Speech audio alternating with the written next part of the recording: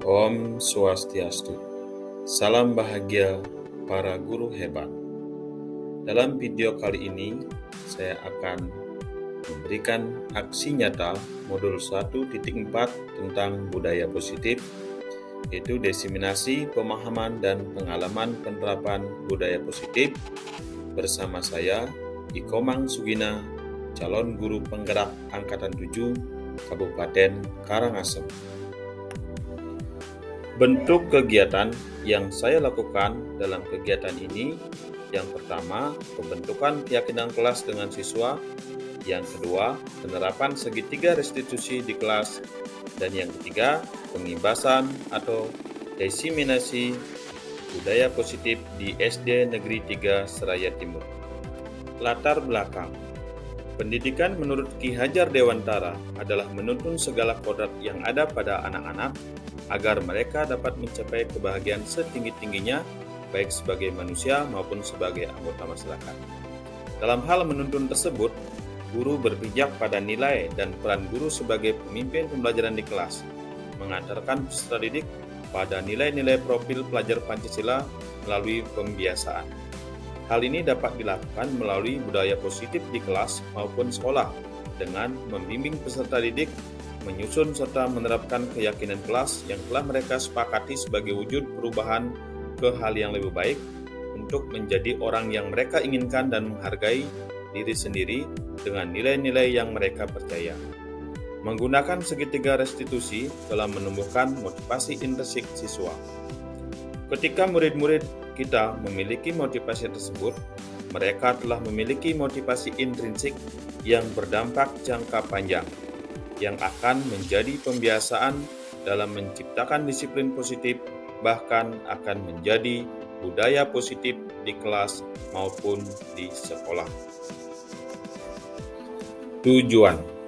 Adapun tujuan yang diharapkan pada aksi nyata ini adalah yang pertama, menumbuhkan motivasi intrinsik peserta didik terhadap penanaman nilai-nilai kebajikan. Kedua, mewujudkan merdeka belajar pada peserta didik dengan memberikan kebebasan untuk mengemukakan pendapat mengenai keyakinan-keyakinan kelas apa saja yang mereka inginkan dan sepakati. Ketiga, mewujudkan disiplin positif peserta didik yang kemudian menjadi budaya positif di mana peserta didik menjalankan keyakinan kelas yang disepakati bersama dengan kesadaran diri dan tanpa tekanan. Yang keempat, membentuk karakter positif pada peserta didik sesuai dengan profil pelajar Pancasila. Tolak ukur. Dalam melaksanakan aksi nyata ini, indikator yang dapat dijadikan acuan bahwa tindakan ini berjalan dengan baik adalah yang pertama, peraturan yang ada di kelas maupun sekolah bergeser menjadi keyakinan kelas atau keyakinan sekolah. Kedua, adanya keyakinan kelas yang disepakati antara guru dan siswa mengenai menggali keyakinan dari seluruh siswa. Yang ketiga, peserta didik dapat menjalankan keyakinan kelas yang sudah disepakati tanpa tekanan.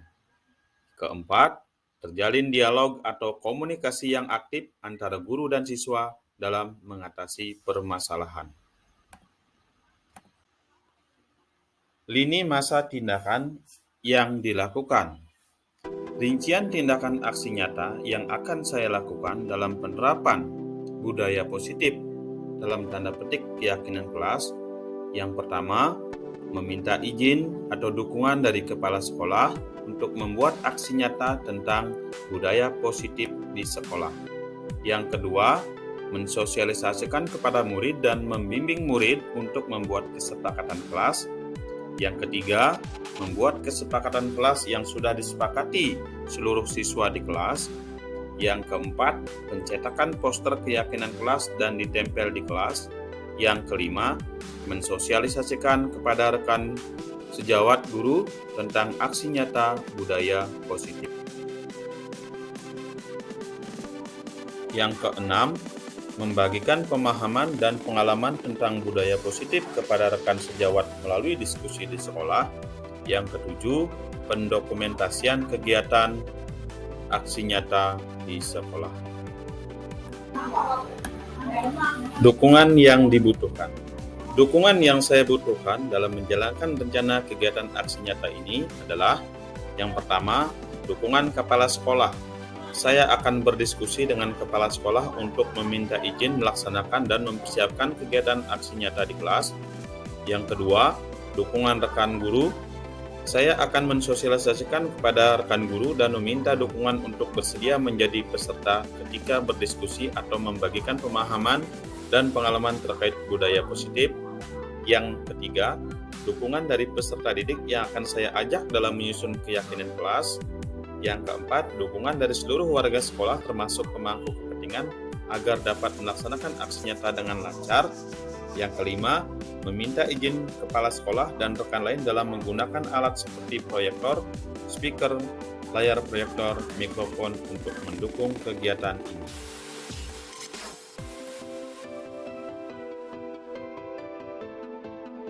Selamat pagi anak-anak.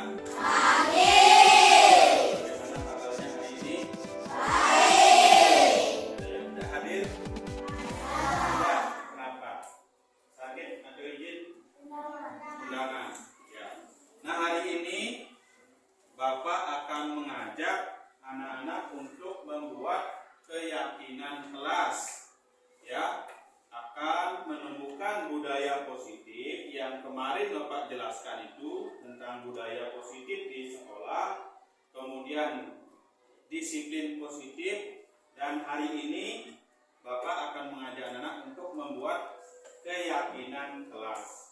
Karena di kelas ini tidak lagi ada peraturan kelas, yang ada adalah keyakinan kelas. Ya, apa yang anak harapkan itu ditulis satu saja. Ya, seperti yang Bapak jelaskan kemarin, satu saja.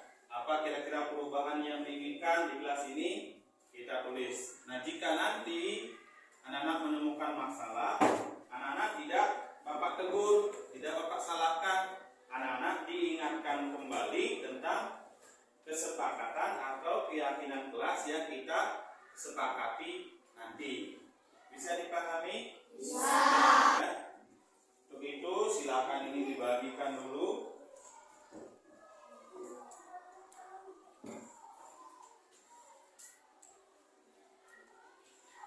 Silakan bagi anak yang sudah mendapatkan langsung ditulis satu saja keyakinan yang anak-anak yakini.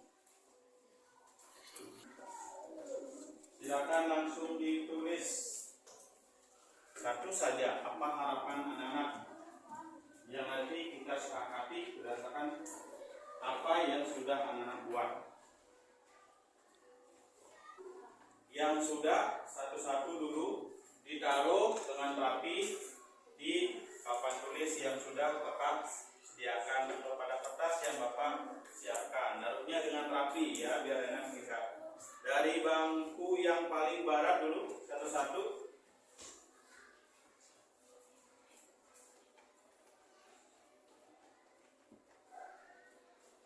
Taruh dengan rapi. Yang belakang.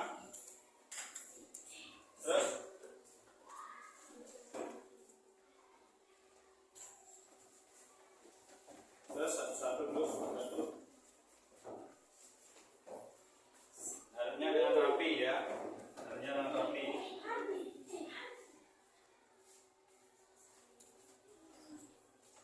Kelompok sana sudah. Sekarang kelompok ini dulu, satu-satu.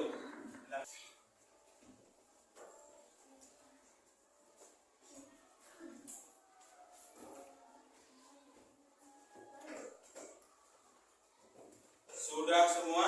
Sudah. Kalau sudah, Bapak bacakan, barangkali nanti ada yang sama, Bapak kelompokkan jadikan satu, ya.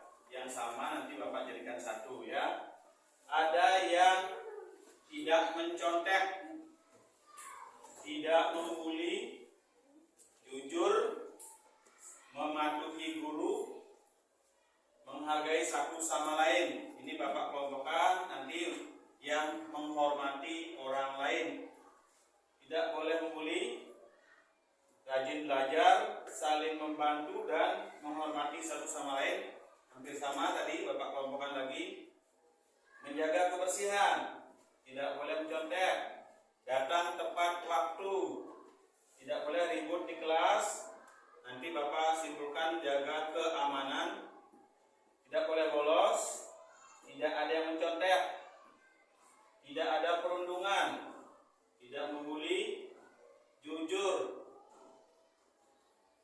tidak boleh nyontek, tidak bolos, aktif dalam pembelajaran, berdoa sebelum dan sesudah pembelajaran. Saya ingin kelas ini selalu bersih, jaga kebersihan. Ya, nanti Bapak kelompokkan mana yang berdoa, mana yang menghormati orang lain, Bapak kelompokkan. Nah, setelah Bapak kelompokkan, nanti Bapak jadikan satu, kemudian kita sepakati bersama. Ya, kalau misalnya ada yang tidak sepakat, kita rubah lagi. Kalau sepakat misalnya, langsung Bapak cetak, langsung kita bersama-sama tempel di kelas. Setelah ditempel, sebagai keyakinan anak-anak sendiri, nanti anak-anak laksanakan.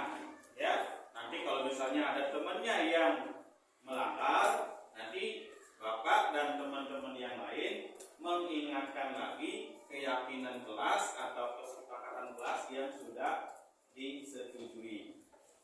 Bisa? Bisa. Ya. Sebentar, Bapak kelompokkan dulu, Bapak siapkan print dulu. Kalau disepakati, langsung ditempel. Nah, sudah anak-anak? Nah, Bapak sudah siapkan, sudah kelompokkan tadi berdasarkan apa yang sudah anak-anak tulis di papan kelas.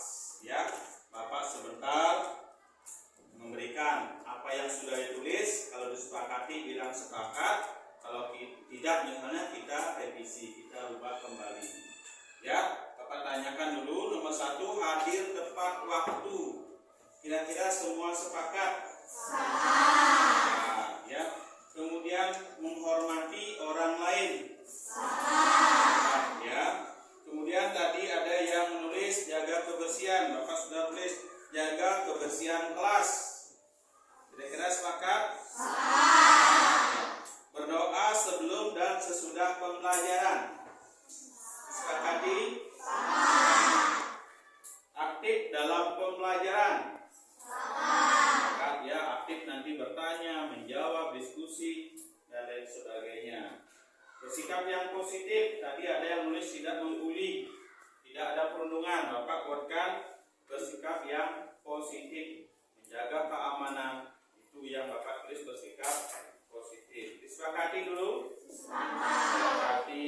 Kemudian ada selalu mengerjakan tugas dengan baik. Ya, mulai dari tugas belajar maupun tugas piket dan lain sebagainya. Disepakati? Sepakat. Kalau sudah disepakati apa yang Bapak tuliskan ini, ya, karena sudah semua sepakat, jadi kita mari bersama-sama untuk menempelnya di kelas. Setelah ditempel, jangan didiamkan, dalam artian jangan hanya ditempel, kita laksanakan keyakinan yang sudah anak-anak buat hari ini. Ya, hari ini, besok dan seterusnya, apa yang anak-anak yakini itu dilakukan. Nah, bagi yang melanggar, yang lain ingatkan kembali tentang keyakinan kelas. Bapak juga nanti akan mengingatkan kembali tentang keyakinan yang sudah anak-anak buat. Bisa dimengerti itu? Bisa.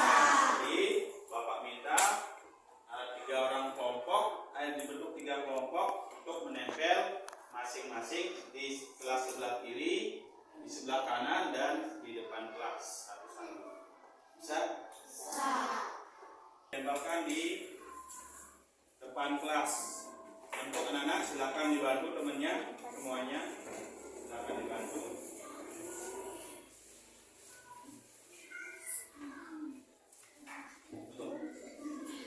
Pakai nih. Nah, benang di mana? Dan silakan duduk.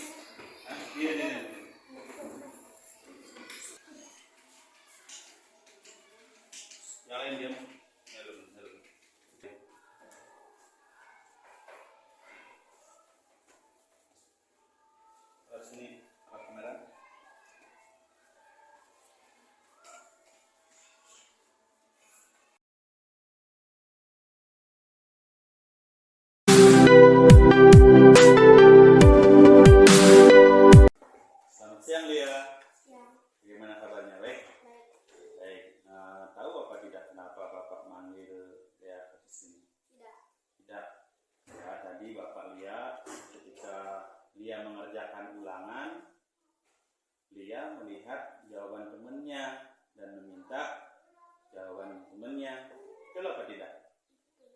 Betul ya? Betul apa tidak? Betul ya. Berarti dia tadi meminta jawaban dan melihat jawaban temannya, satu sama halnya dengan mencontek. Bagi dia, kalau mencontek itu baik apa tidak?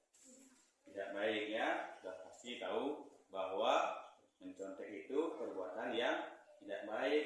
Artinya dia sudah melakukan kesalahan. Jadi tidak apa-apa ya. Dia jangan berkecil hati. Bapak juga pernah melakukan kesalahan seperti yang dilakukan Lea tadi. Kemudian teman-temannya juga pernah salah. Ya, semua orang pasti pernah mengalami kesalahan atau berbuat yang tidak baik. Nah, hadirin Bapak di sini bukan mencari kesalahannya Lea bagaimana, namun Bapak akan membantu Lea bagaimana mengatasi permasalahan yang dihadapi dia sendiri ya. Nah, bisa bercerita kenapa Lea bisa mencontek, bisa melihat jawaban temannya ketika ulangan? Karena kemarin malam saya tidak belajar. Tidak belajar ya. Lea mencontek karena tidak belajar. Tidak belajarnya karena apa? Karena sibuk main HP. Tidak dapat belajar, sibukan main HP. Jadi itu yang menyebabkan dia tidak bisa menjawab sehingga mencari jawaban temannya atau mencontek. Itu ya. Nah, itu berarti perbuatan yang tidak baik ya, sudah salah, itu tidak boleh. Kemudian yang membuat tidak belajar karena keasikan main HP, jadi ulangannya tidak bisa menjawab ya. Kira-kira Lea masih ingat apa tidak dengan kesepakatan waktu Bapak awal mengajar di kelas? Masih. Kira-kira yang mana? Jujur ya, berarti apa yang Lea lakukan itu merupakan perbuatan yang tidak jujur ya. Kira-kira jujur itu penting apa tidak? Sangat penting bagi Lea ya.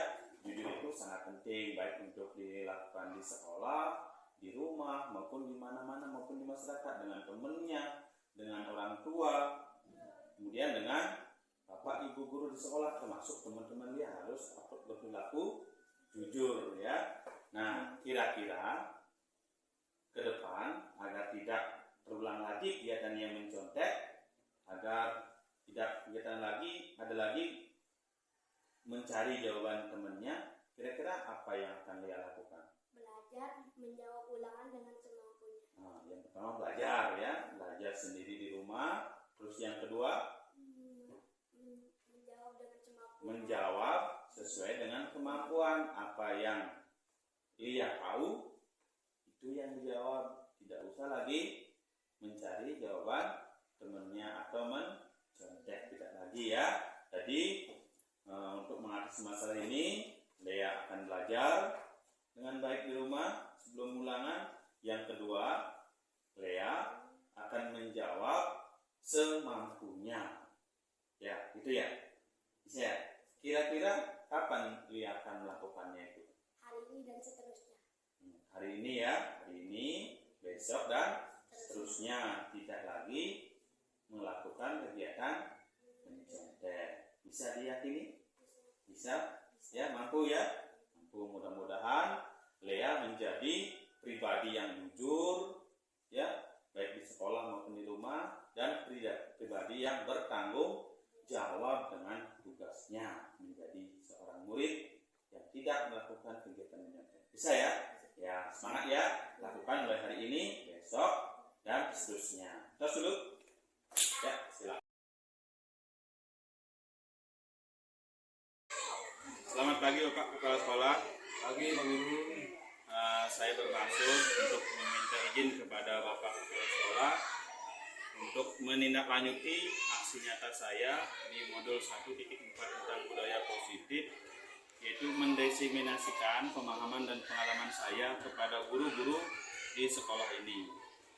Mungkin nanti saya juga akan meminjam peras suara, juga akan meminjam LCD proyektor dan kelengkapan yang lainnya. Kepala sekolah mengizinkan, tetapi hadir pada hari Sabtu. Silakan atur waktu. Baik, Terima kasih Bapak atas izinnya. Selamat pagi. Mohon perhatiannya. Selamat pagi Bapak guru hebat yang ada di Satuan Pendidikan SD Negeri 3 Seraya Timur. Sebelum Bapak mengawali acara ini, mari kita tidak henti-hentinya mengagungkan panganjali umat. Om Swastiastu. Assalamualaikum warahmatullahi wabarakatuh. Salam sejahtera. Namo Buddhaya untuk kita semua. Perlu Bapak dan Ibu ketahui pada pagi hari ini ada yang namanya calon guru penggerak kita yang bernama Ikomang Sugina SPDSD akan memberikan arahan tentang guru atau calon guru penggerak pada kesempatan yang baik ini. Mohon teman-teman guru dan pegawai yang ada di SD 3 Seraya Timur agar memperhatikan ini dengan saksama. Oleh karena itu, mari untuk mempercepat acara ini Bapak akan serahkan kepada calon guru penggerak. Mudah-mudahan apa yang akan nanti diuraikan, dipaparkan bisa dipahami oleh teman-teman semua. Silakan. Baik, terima kasih Bapak Kepala Sekolah telah membuka acara ini. Acara ini saya mohonkan dukungan dari Bapak Kepala Sekolah, kemudian teman-teman guru SD Negeri 3 Seraya Timur. Ini merupakan bagian dari tugas saya untuk mendesiminasikan apa yang saya dapatkan di pendidikan calon guru penggerak. Nah, terima kasih sekali lagi atas izin yang diberikan serta dukungan dari Bapak Kepala Sekolah, begitu juga teman-teman di SD Negeri 3 Seraya Timur. Nah, tidak mengurangi rasa hormat Bapak Kepala Sekolah, kalau misalnya ada kesibukan bisa meninggalkan ruangan. Tapi dengan teman-teman saya mohonkan, saya harapkan untuk kesediaannya mungkin beberapa 1 jam ke depan mungkin untuk menyimak apa yang saya sampaikan.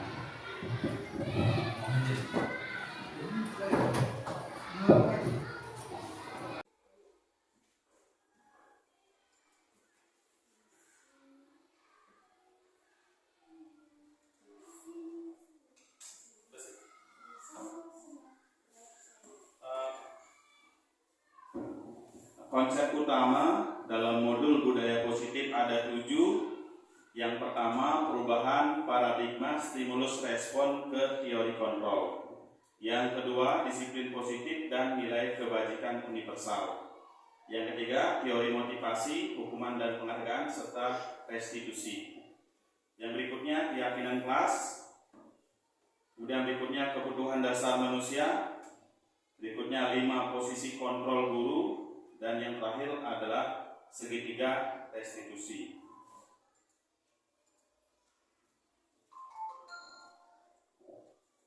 Yang pertama, perubahan paradigma. Nah, ini kita ada gambar tangan berkepal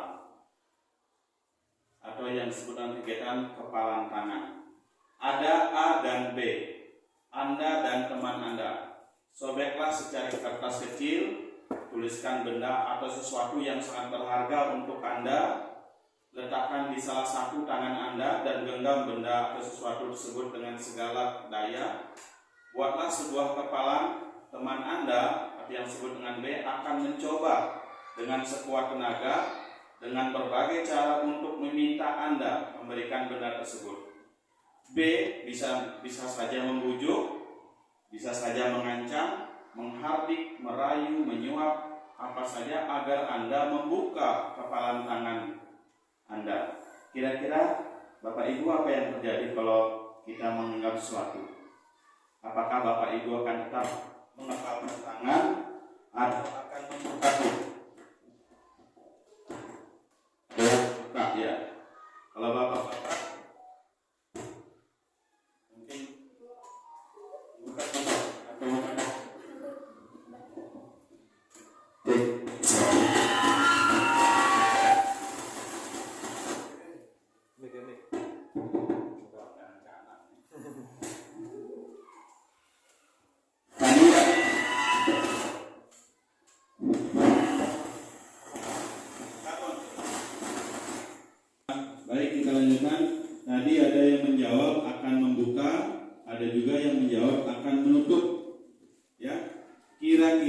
Bapak Ibu pikirkan siapa yang menjadi kontrol dalam hal ini? Siapa yang menjadi kontrol? Apakah Bapak Ibu atau teman-teman Bapak Ibu yang menjadi kontrol mau membuka atau tidak kepalan tangannya? Diri sendiri ya. Nah, di sini kita sudah tahu bahwa yang menjadi kontrol adalah diri kita sendiri, bukan orang lain. Inilah salah satu konsep yang penting untuk kita terapkan nanti di sekolah kepada guru-guru atau kepada anak didik kita, dengan anggapan bahwa kita tidak bisa mengontrol murid, kita tidak bisa mengontrol orang lain, kita pun tidak bisa dikontrol oleh orang lain. Yang bisa mengontrol adalah diri kita sendiri. Itu intinya Bapak Ibu. Kemudian selama ini kita meyakini bahwa guru kita bisa mengontrol perilaku murid. Ya, kita bisa mengontrol perilaku murid. Kemudian sebagai orang yang lebih tua, kita meyakini bahwa kita berhak mengontrol mereka. Kita pun meyakini bahwasanya semua penguatan positif bagi murid sangat efektif dan bermanfaat, serta yakin bahwa kritik dan membuat murid merasa bersalah dapat menguatkan karakter. Itu pola pikir kita selama ini di sekolah. Semua itu Bapak Ibu hanyalah ilusi, hanya angan-angan. Pada kenyataannya tidak seperti itu.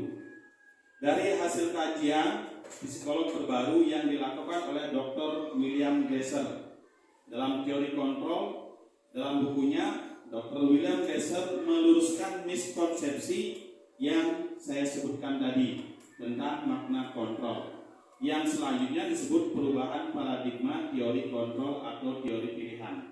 Di antaranya ilusi yang tadi bahwa guru bisa mengontrol murid, kemudian bahwa kritik dan membuat orang merasa bersalah dapat menguatkan karakter, bahwa semua penguatan positif efektif dan bermanfaat. Yang berikutnya ilusi bahwa orang dewasa memiliki hak untuk memaksa. Itu hanya ilusi Bapak Ibu. Ya, pada kenyataannya tidak bisa kita mengontrol murid, kemudian muridnya memiliki karakter yang baik. Nah, itu paradigma perubahan konsepsi kita terhadap peserta didik. Nah, teori kontrol menguatkan bahwa semua perilaku memiliki tujuan dan motif tertentu, bahkan terhadap perilaku yang tidak disukai sekalipun.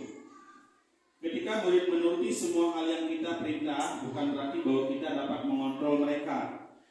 Pada dasarnya kita tidak dapat memaksa murid untuk berbuat sesuatu jikalau murid tersebut memilih untuk tidak melakukannya.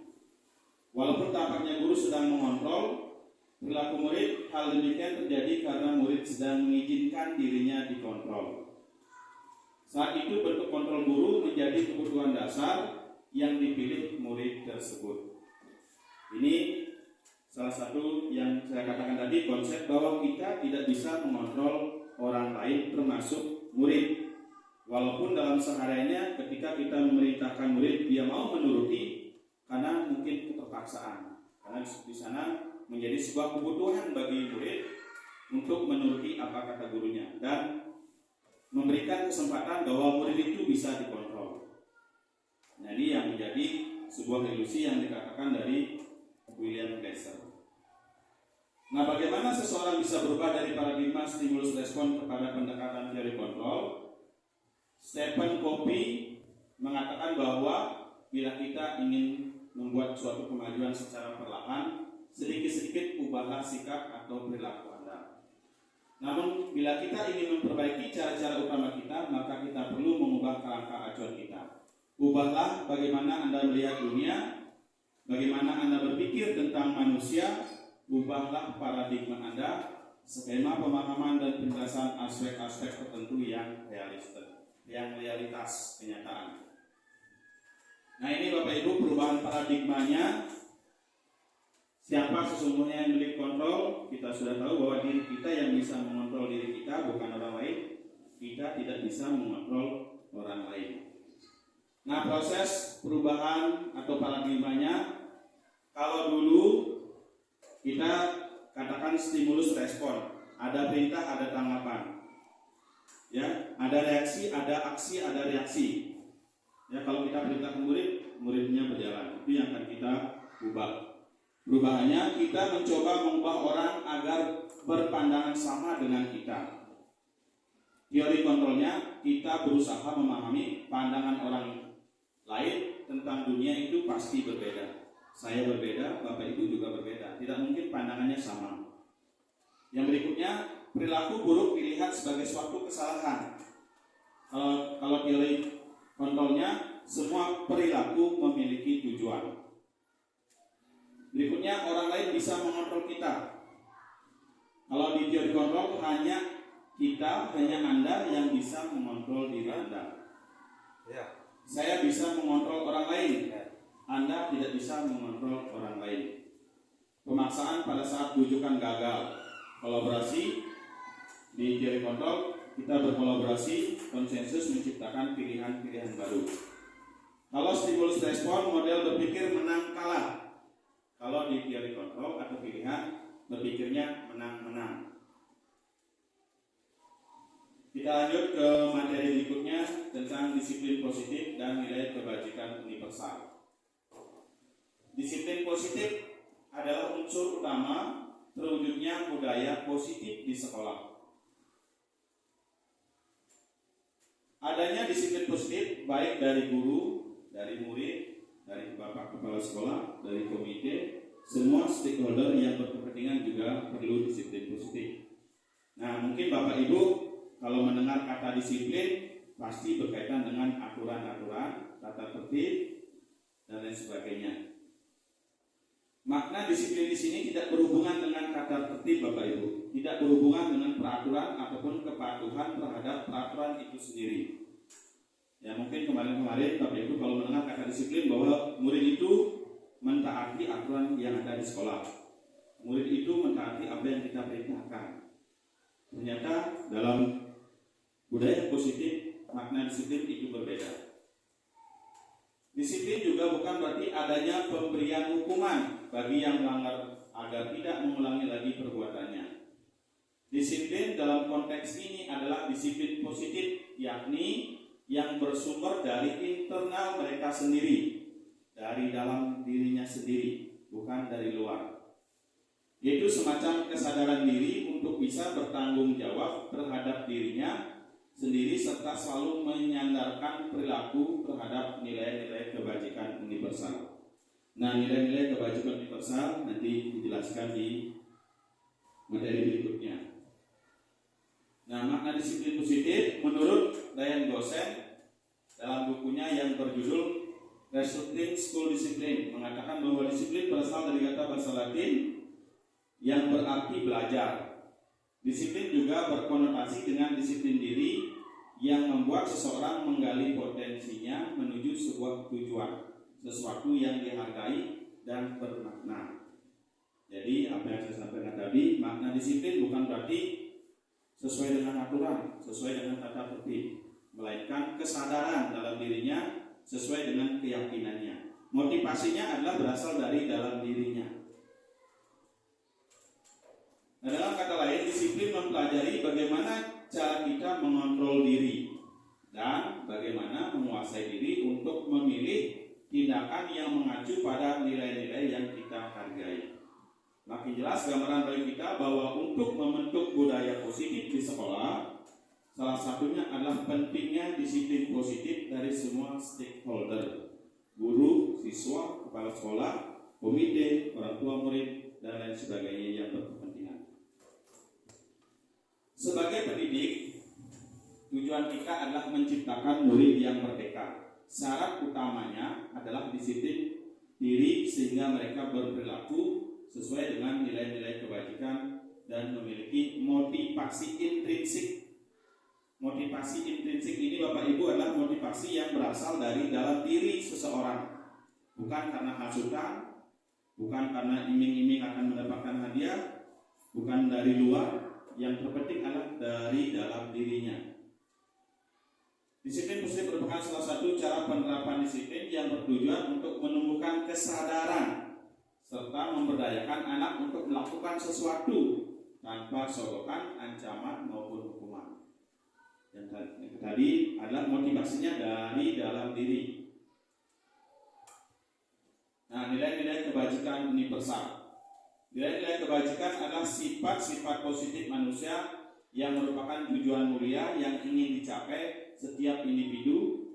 Nilai-nilai tersebut bersifat universal, artinya secara menyeluruh, lintas bahasa, suku bangsa, agama maupun latar belakang. Maksudnya di sini adalah bahwa nilai-nilai kebajikan universal itu tidak mengenal agama, tidak mengenal latar belakang, ras maupun kebudayaannya, karena berlaku bagi semuanya. Ya, contohnya tanggung jawab. Kalau tanggung jawab tidak mengenal agama, tidak mengenal budaya, tidak mengenal daerah, itu berlaku bagi semua orang. Itu salah satu contoh nilai-nilai kebajikan universal. Nah, berikutnya, setiap perilaku atau perbuatan memiliki suatu tujuan. Ini menurut Dr. William Glasser dalam teori kontrol. Dengan mengaitkan nilai-nilai kebajikan yang diyakini seseorang, maka motivasi intrinsiknya, motivasi dalam dirinya akan terbangun, sehingga menggerakkan motivasi dari dalam untuk dapat mencapai tujuan mulia yang diinginkan. Nah, pemerintah kita dalam bidang pendidikan setelah menyusun kurikulum, ya namanya kurikulum merdeka, dan nilai-nilai kebajikan yang ingin dicapai oleh setiap anak Indonesia kita kenal dengan profil pelajar Pancasila. Nilai-nilai kebajikan yang ingin dikuasai anak atau peserta didik dari program pemerintah adalah beriman, bertakwa kepada Tuhan Yang Maha Esa dan berakhlak mulia. Yang berikutnya mandiri, bernalar kritis, berkebinekaan global, bergotong royong, dan kreatif. Ini yang ditentukan, yang dipilih dari pemerintah mengenai nilai-nilai kebajikan yang harus dikuasai oleh peserta didik. Masih banyak lagi nilai-nilai kebajikan yang lain. Ya, ada di sana kebersihan, tanggung jawab, gotong royong, kreatif, masih banyak lagi. Ya, yang dipilih dan minta adalah yang kita kenal dengan profil pelajar Pancasila. Nah, berikutnya teori motivasi, hukuman dan penghargaan, konsekuensi dan restitusi. Sebagai pendidik, penting bagi kita untuk memahami motivasi apa yang mendorong perilaku murid, sehingga kita bisa menuntun mereka ke hal yang lebih baik, dan sudah barang tentu ini akan berdampak pada terciptanya lingkungan belajar yang kondusif, aman dan nyaman bagi murid. Motivasi merupakan dorongan yang timbul dalam diri seseorang secara sadar atau tidak sadar untuk melakukan sesuatu tindakan dengan tujuan tertentu. Nah, Bapak Ibu, ada 3 motivasi perilaku manusia. Ya, apa yang menyebabkan kita berperilaku? Motivasinya ada 3. Yang pertama, kita melakukan sesuatu untuk menghindari ketidaknyamanan atau hukuman apa yang akan terjadi apabila saya tidak melakukannya. Artinya apa? Kita menghindari hukuman, Bapak Ibu, ya, atau menghindari ketidaknyamanan agar saya tidak kena masalah, saya lakukan itu. Ya, yang kedua, untuk mendapatkan imbalan dari orang lain atau institusi. Pertanyaannya dalam diri kita, apa yang akan saya dapatkan apabila saya melakukan itu, melakukan ini? Ya, kita mengharapkan imbalan. Itu motivasi yang kedua. Nah, yang ketiga, untuk menghargai diri sendiri dan menjadi orang yang mereka inginkan dengan nilai-nilai yang mereka percaya dalam dirinya, ya, yang mereka percayai. Ya, dalam diri seorang bisa bertanya, saya akan menjadi orang yang seperti apa? Ya, apabila saya melakukannya, apakah saya akan menjadi orang yang bijak? Apakah saya menjadi orang yang bertanggung jawab dan lain sebagainya. Nah, ketiga motivasi ini, motivasi 1 dan 2 itu adalah motivasi dari luar, yang kita sebut dengan motivasi eksternal. Kita mau melakukan sesuatu karena kita menghindari hukuman, itu dari luar. Kita mau melakukan sesuatu karena kita akan mendapatkan suatu imbalan. Nah, yang paling penting Bapak Ibu adalah motivasi yang ketiga, yaitu menghargai diri sendiri dan menjadi orang yang mereka inginkan dengan nilai yang mereka percaya. Nah, motivasi internal ini atau intrinsik ini yang akan membuat seseorang memiliki disiplin yang positif. yang motivasi dalam dirinya, bukan karena hasutan orang lain atau mengharapkan imbalan atau misalnya menghindari hukuman atau kita mencari kenyamanan kita melakukan sesuatu. Nah, menuntun murid untuk senantiasa menemukan nilai-nilai kebajikan universal dalam setiap perilakunya akan mendorong murid memiliki kesadaran diri untuk lebih menghargai dirinya sehingga akan berperilaku sesuai dengan nilai-nilai yang diyakininya. Nah, coba Bapak Ibu perhatikan di depan. Kira-kira Bapak Ibu bisa membedakan mana hukuman atau mana konsekuensi. Yang pertama, mencatat 100 kali dalam buku dengan kalimat saya tidak akan terlambat lagi karena terlambat ke sekolah. Misalnya siswanya mencatat 100 kali di bukunya. Apakah termasuk hukuman atau konsekuensi? Hukuman. Berikutnya, lari mengelilingi lapangan basket 2 kali karena terlambat hadir di sekolah. Hukuman. Berikutnya, murid diminta untuk push up 15 kali karena tidak menggunakan masker ke sekolah. Hukuman. Menggantikan kertas tugas teman yang telah dicoret-coret. Konsekuensi. Membersihkan tumpahan air di meja tulis karena tersenggol pada saat belajar. Konsekuensi. Berikutnya, murid disuruh untuk mengenakan sepatu seharian di sekolah karena tidak mengenakan sepatu hitam. Hukuman. Hukuman apa konsekuensi?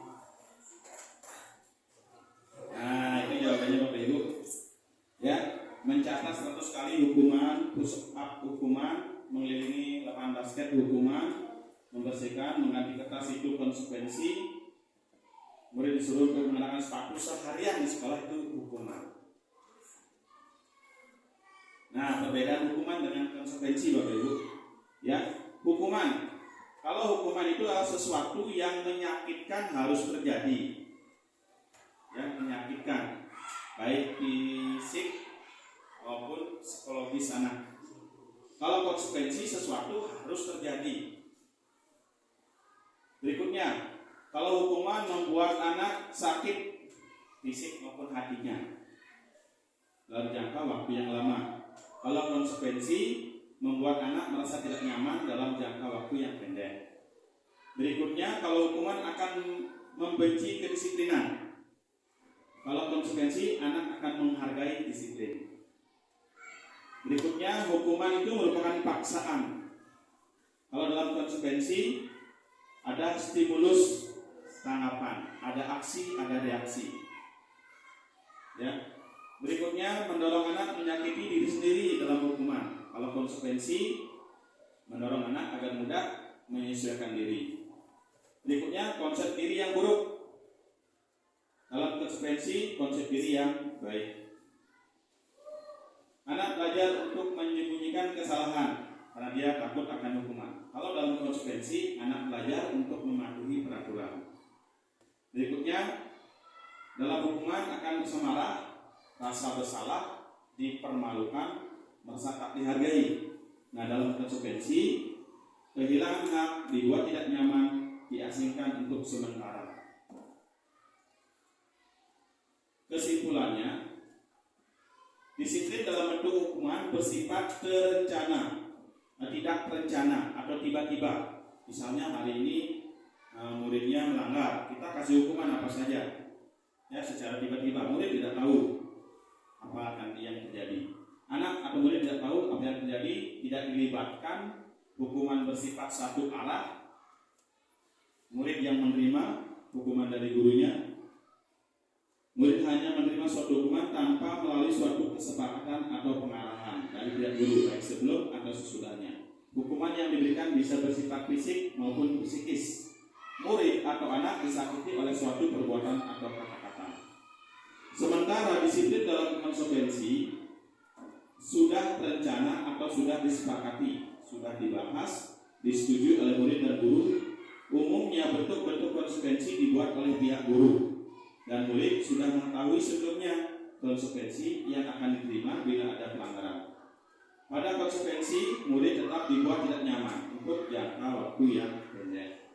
Itu perbedaan hukuman dengan konsekuensi. Nah, berikutnya Bapak Ibu, restitusi. ini merupakan hal yang baru yang juga saya dapatkan di pendidikan guru penggerak, yaitu restitusi itu adalah sebuah cara menanamkan disiplin positif pada murid. Pengertiannya, restitusi adalah sebuah proses menciptakan kondisi bagi murid untuk memperbaiki kesalahannya, sehingga mereka bisa kembali pada kelompok mereka dengan karakter yang lebih kuat. Restitusi juga adalah proses kolaboratif yang mengajarkan murid untuk mencari solusi untuk masalahnya dan membantu murid berpikir tentang orang seperti apa yang mereka inginkan dan bagaimana mereka harus memperlakukan orang lain. Restitusi membantu murid menjadi lebih memiliki tujuan, disiplin positif, dan memulihkan dirinya setelah berbuat salah. Penekanannya bukan pada bagaimana perilakunya untuk menyenangkan orang lain atau menghindari ketidaknyamanan, namun tujuannya adalah menjadi orang yang menghargai nilai-nilai kebajikan yang mereka percayai. Melalui restitusi, ketika murid berbuat salah, guru akan menanggapi dengan cara yang memungkinkan murid untuk membuat evaluasi internal tentang apa yang dapat mereka lakukan untuk memperbaiki kesalahan mereka dan mendapatkan kembali harga dirinya. Restitusi menguntungkan korban, tetapi juga menguntungkan orang lain atau yang berbuat salah. Yang di awal tadi saya sebutkan dalam teori kontrol William Glasser tentang solusi menang-menang, tidak ada yang menang kalah. Nah, ciri-cirinya bukan untuk menebus kesalahan. Kalau anak berbuat salah bukan untuk ditebus, namun untuk belajar dari kesalahannya. Berikutnya memperbaiki hubungan. Ya, memperbaiki hubungan antara murid dengan murid yang melakukan kesalahan atau murid dengan gurunya. Ciri-ciri yang ketiga yaitu tawaran, bukan paksaan. Ya, berikutnya restitusi menuntut untuk melihat ke dalam dirinya, untuk menggali motivasi internalnya. Restitusi mencari kebutuhan dasar yang menjadi tindakan. Restitusi diri adalah cara yang paling baik. Restitusi fokus pada karakter bukan tindakan. Restitusi fokus pada solusi. Restitusi mengembalikan murid yang berbuat salah pada kelompoknya. Nah, ini sudah saya implementasikan di sekolah maupun di rumah. Nanti videonya saya tampilkan. Walaupun belum maksimal, tetapi bagaimana restitusi itu dilakukan. Nah, berikutnya, dalam menciptakan disiplin positif, ada identitas gagal, ada identitas sukses. Artinya, identitas gagalnya itu berupa hukuman. Hukuman itu tidak bisa menciptakan disiplin positif. Yang bisa menciptakan disiplin positif adalah konsekuensi dan dengan cara restitusi. Itu bisa Bapak Ibu perhatikan di masing-masing kolomnya. Saya jelaskan beberapa saja. Kalau hukuman itu sesuatu yang menyakitkan harus terjadi, tadi sudah. Kalau konsekuensi harus terjadi. Nah, dalam restitusi, pilihan anak diajarkan untuk mencari berbagai solusi untuk masalahnya. Berikutnya, kalau hukuman tidak nyaman untuk murid atau anak dalam jangka waktu yang panjang. Kalau konsekuensi dalam jangka waktu yang pendek. Kalau di dalam restitusi menguatkan untuk murid atau anak dalam jangka waktu yang panjang. Yaitu beberapa perbedaan antara hukuman, konsekuensi, dan restitusi. Nah, yang paling diharapkan atau disarankan untuk menciptakan disiplin positif adalah pada konsekuensi dan restitusi, jangan pada hukuman. Kalau kita selama ini di sekolah mungkin dengan hukuman murid akan berbuat sesuai dengan yang kita inginkan. Ternyata salah Bapak Ibu. Saya juga demikian ketika mengenal modul ini, materi-materinya, ternyata apa yang kita lakukan ternyata salah. Berikutnya, perbedaannya, contoh kasusnya adalah siswa tidak membuat tugas atau PR. Ini sering kita alami, tiap-tiap kelas kita alami. Kenapa muridnya tidak membuat PR? Kalau hukuman, guru akan menghukum berdiri di depan kelas atau menulis perjanji tidak lupa mengerjakan PR 100 kali. Guru marah dan murid menjadi takut. Pasti Bapak Ibu sudah kita alami. Kalau dalam konsekuensi, guru memberikan konsekuensi untuk mengerjakan PR pada jam istirahat. Ia tetap mengerjakan PR-nya. Guru tegas dan siswa menghormatinya. Kalau dalam restitusi, guru menanyakan keyakinan kelas dan mengajak siswa menyelesaikan masalahnya. Nah, keyakinan kelas ini nanti juga saya jelaskan di materi berikutnya dan sudah saya lakukan kemarin. Beralih dari peraturan kelas menjadi keyakinan kelas. Mudah-mudahan nanti ini bisa diterapkan di seluruh kelas dari kelas 1 sampai kelas 6. Bukan peraturan Bapak Ibu, kita ubah keyakinan. Keyakinan yang diyakini oleh masing-masing peserta didik. Nah, guru terbuka dan siswa menghormati dirinya pada dan orang lain. Itu perbedaan antara kita memperlakukan hukuman, memperlakukan konsekuensi dan menyelesaikan masalahnya dengan restitusi. Nah, ini Bapak Ibu, keyakinan kelas. Keyakinan kelas adalah nilai-nilai kebajikan atau prinsip-prinsip universal yang disepakati bersama secara universal terlepas dari latar belakang suku, negara, bahasa maupun agama. Karena nilai kebajikan itu tidak memandang agama. Misalnya menghormati orang lain. Semua manusia pasti menghormati orang lain. Tujuannya entah agama Islam, agama Hindu, atau yang lain. Atau misalnya dari berbagai daerah atau suku, menghormati orang lain pasti yang diinginkan, yang dicita-citakan. Nah, mengapa tidak peraturan saja? Mengapa harus keyakinan kelas? Nah, ini mengapa kita memiliki peraturan harus menggunakan helm bila mengendarai kendaraan roda 2? Ada yang bisa menjawab kenapa kita menggunakan helm? Ada yang menunduk kepala, ada yang mungkin saya nanti takut ditilang. Ya, itu ya. Berikutnya, mengapa kita memiliki peraturan 3M? Menggunakan masker, mencuci tangan, dan menjaga jarak. Takut sakit, mungkin terkena virus, pasti takut. Nah, mengapa kita memiliki peraturan harus datang tepat waktu pada saat mengikuti pelatihan? Karena takut mungkin ditegur, tidak ketinggalan materi. Nah, ini beberapa aturan-aturan yang sering kita dengarkan Bapak Ibu. Ya.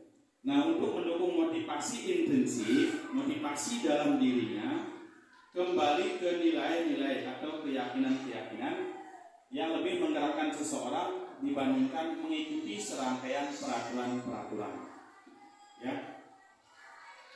Nah, ini untuk menumbuhkan motivasi internal dalam diri anak bisa dilakukan melalui pembiasaan-pembiasaan positif di sekolah serta pembentukan keyakinan kelas atau keyakinan sekolah yang berdasarkan nilai-nilai kebajikan universal. Sebagai contoh nyata, jika kita menggunakan helm saat berkendaraan, maka menggunakan helm harus didorong dari kesadaran akan nilai keselamatan. Bukan semata-mata kita takut ditilang. Ya, kalau takut ditilang, berarti kita mengikuti peraturan yang dibuat dari orang lain. Nah, kalau kita yakini bahwa memakai helm itu adalah demi keselamatan saya, demi keselamatan kita, itu maksudnya motivasi dari dalam. Itu yang penting kita tumbuhkan dalam menciptakan disiplin positif. Ya, keselamatan dan menghargai diri sendiri, bukan didorong oleh karena kita takut ditilang atau ingin dipuji tertib lalu lintas. Kalau tertib lalu lintas itu motivasinya dari luar, ya, yang dari dalam. Ini yang penting, ini yang mendukung nanti anak-anak untuk berperilaku positif. Nah, ini perbedaan peraturan dan keyakinan kelas. Peraturan selalu kembalikan buku ke tempatnya. Kalau keyakinan kelas itu kita buat tanggung jawab. Peraturan dilarang mengganggu orang lain. Kalau keyakinan kelasnya menghormati orang lain. Nah, peraturan itu lebih rinci, ya, lebih rinci. Kalau keyakinan kelas lebih abstrak. Misalnya menghormati orang lain, itu kalau dalam peraturan bisa dijabarkan, tidak membuli, tidak suka mengganggu orang lain, tidak menghina dan sebagainya. Itu kita jadikan menghormati orang lain dalam keyakinan kelas. Hadir di sekolah 15 menit sebelum pembelajaran dimulai. Ini mungkin ada dalam peraturan di kelas Bapak Ibu. kita ganti dengan menghormati orang lain dan komitmen. Dilarang melakukan kekerasan dalam peraturan. Kalau keyakinan kelas, keselamatan dan menghormati orang lain. Dalam peraturan dilarang menggunakan narkoba, dilarang menggunakan obat-obatan. Kalau kita di keyakinan kelas, kita obat ke kesehatan. Bergantian atau menunggu giliran. Kalau dalam keyakinan kelas, menghormati orang lain dan bersabar. Kalau dalam peraturan menggunakan masker, kalau keyakinan kelas, kesehatan dan keselamatan. Jangan berlari dalam kelas atau koridor. Kalau keyakinan kelas, keselamatan dan keamanan. Keyakinan kelas ini dibuat dalam bentuk kalimat yang positif. Ya. Misalnya, jangan menaiki meja. Itu jangan itu sudah kata negatif. Kita tidak dianjurkan menggunakan kalimat-kalimat yang negatif, diubah menjadi kalimat yang positif. Ya. Nah, keyakinan kelas ini, pengalaman saya membuat keyakinan kelas, saya suruh satu siswa menuliskan apa yang mereka yakini, apa yang mereka harapkan. Satu saja keyakinan. Ya, misalnya kemarin ada yang tidak mencontek, berdoa sebelumnya sudah pembelajaran, tidak membuli, membantu orang lain. Itu yang saya dapatkan di kelas 5 sesuai dengan keyakinannya. Nah, ada mungkin yang sama kita kelompokkan, mungkin yang berdoa sembahyang itu kelompokkan, kemudian yang membuli, mengajak orang lain kita kelompokkan juga, jadikan satu. Jangan banyak-banyak Bapak Ibu, kita di kelas cukup 1 sampai 6 saja keyakinan kelas. Nah, keyakinan kelas yang saya buat kemarin sesuai apa yang saya lakukan dengan muridnya, yaitu hadir tepat waktu.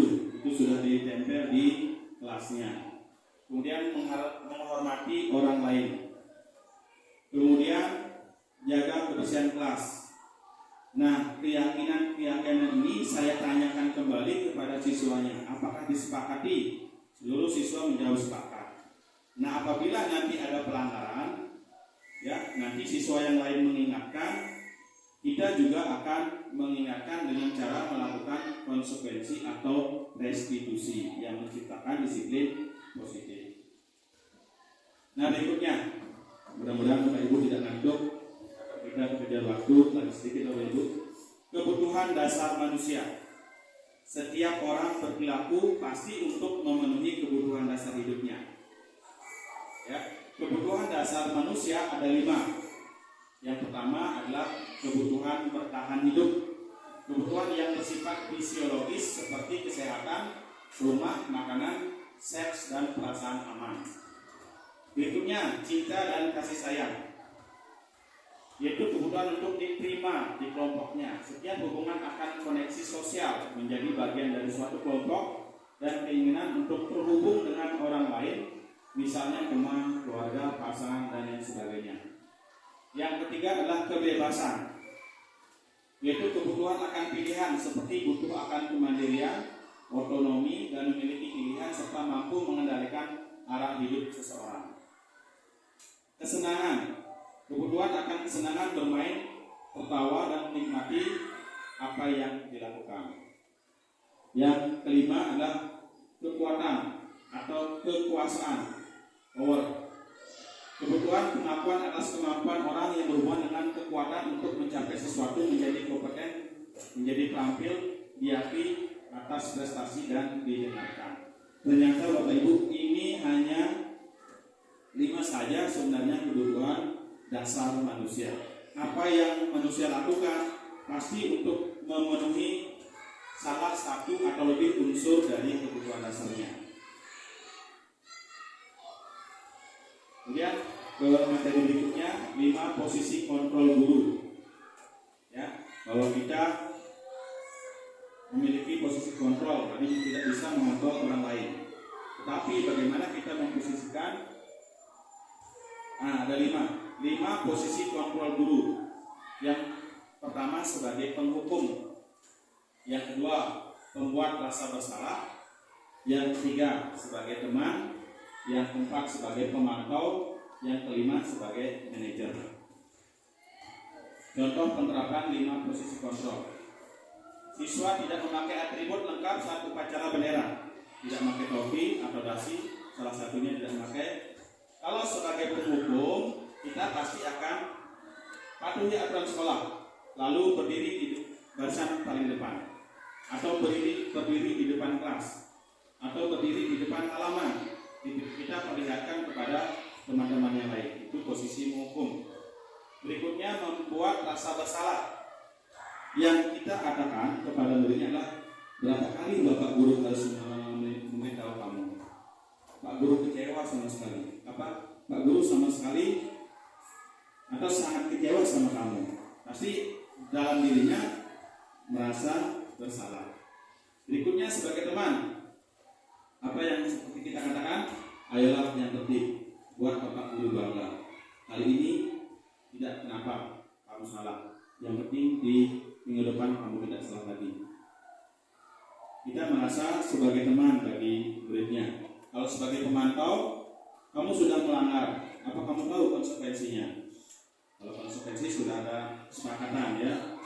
Kemudian yang terakhir adalah manajer. Apakah kamu tahu kesalahan kamu? Kira-kira bagaimana kamu akan memperbaiki kesalahannya? Nah, kira-kira Bapak Ibu selama ini berada di posisi mana?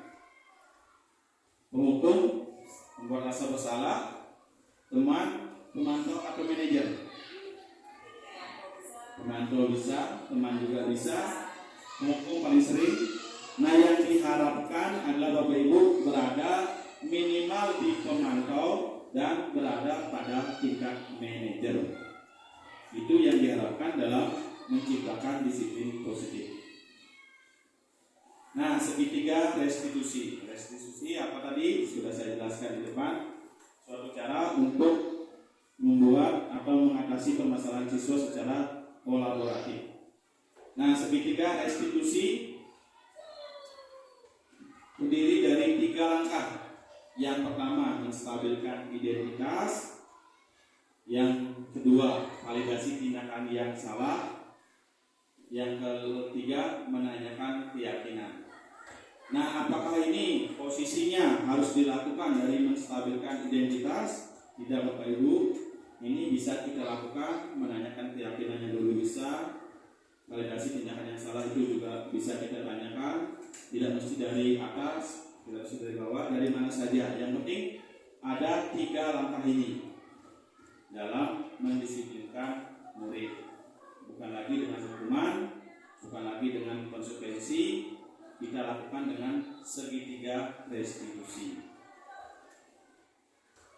Nah, menstabilkan identitas untuk membuat anak yang merasa gagal karena buat salah menjadi positif terhadap dirinya.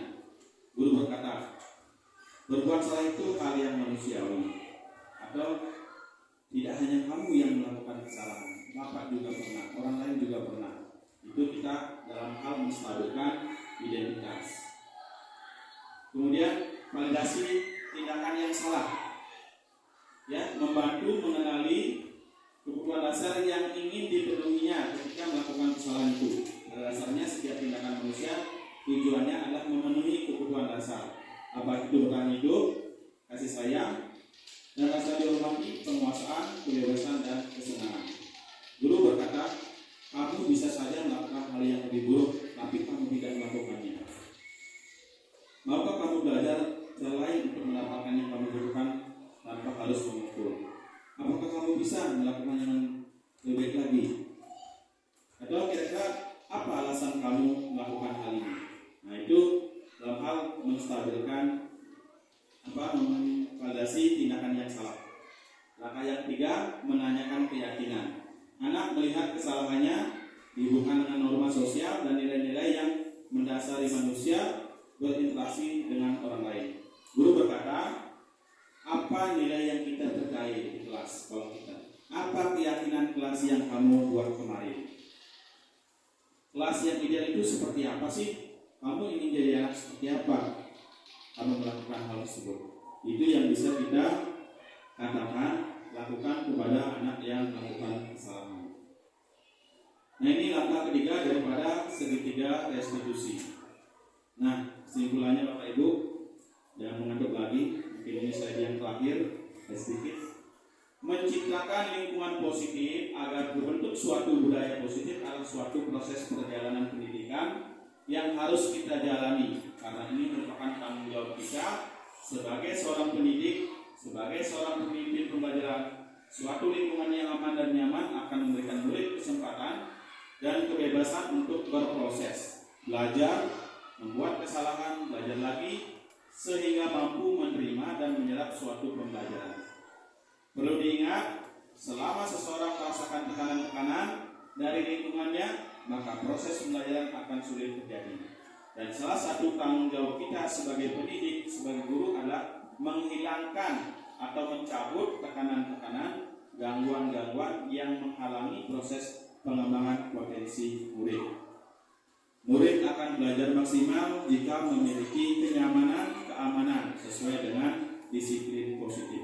Kalau masih dalam tekanan-tekanan, jangan harap murid kita bisa menerima apa yang kita sampaikan. Itu intinya Bapak Ibu, bahwa disiplin positif kunci utama membentuk budaya positif. Nah, kunci utama disiplin positif adalah adanya motivasi internal, motivasi dalam diri sesuai dengan keyakinan-keyakinan yang mereka percayai. Mari hari ini dan seterusnya mudah-mudahan ada tambahan ilmu bagi Bapak Ibu tentang budaya positif, tentang disiplin positif, dan bagaimana kita melaksanakan di sekolah agar tercipta budaya positif yang kita harapkan di sekolah kita. Demikian materi Bapak Ibu, mungkin terlalu lama, bagaimana cukup sekian pemaparan materi modul 1.4 tentang budaya positif. Mudah-mudahan dari tadi ada hal-hal baru, jangan banyak-banyak, sedikit saja bisa Bapak Ibu tangkap. Tapi mau tidak mau, karena kita sebagai guru harus melakukan.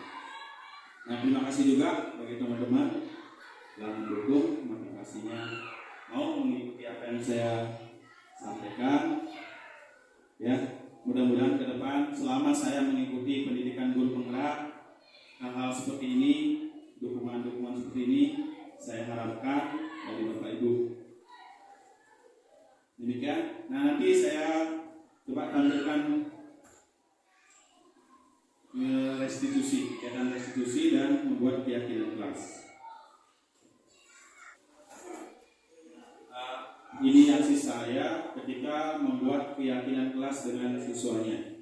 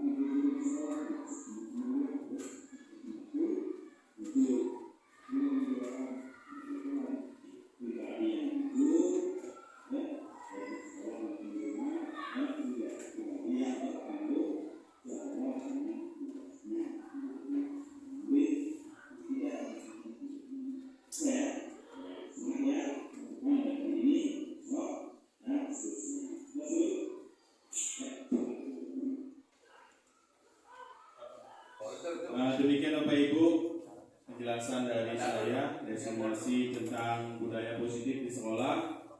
Akhir kata saya ucapkan terima kasih kepada Bapak Kepala Sekolah, begitu juga rekan-rekan guru yang lain. Terima kasih sudah memfasilitasi dukungannya. Saya harapkan dukungan-dukungan seperti ini untuk penyelesaian pendidikan guru penggerak saya. Mudah-mudahan bisa tercapai. Terima kasih. Saya kembalikan ke Bapak Kepala Sekolah.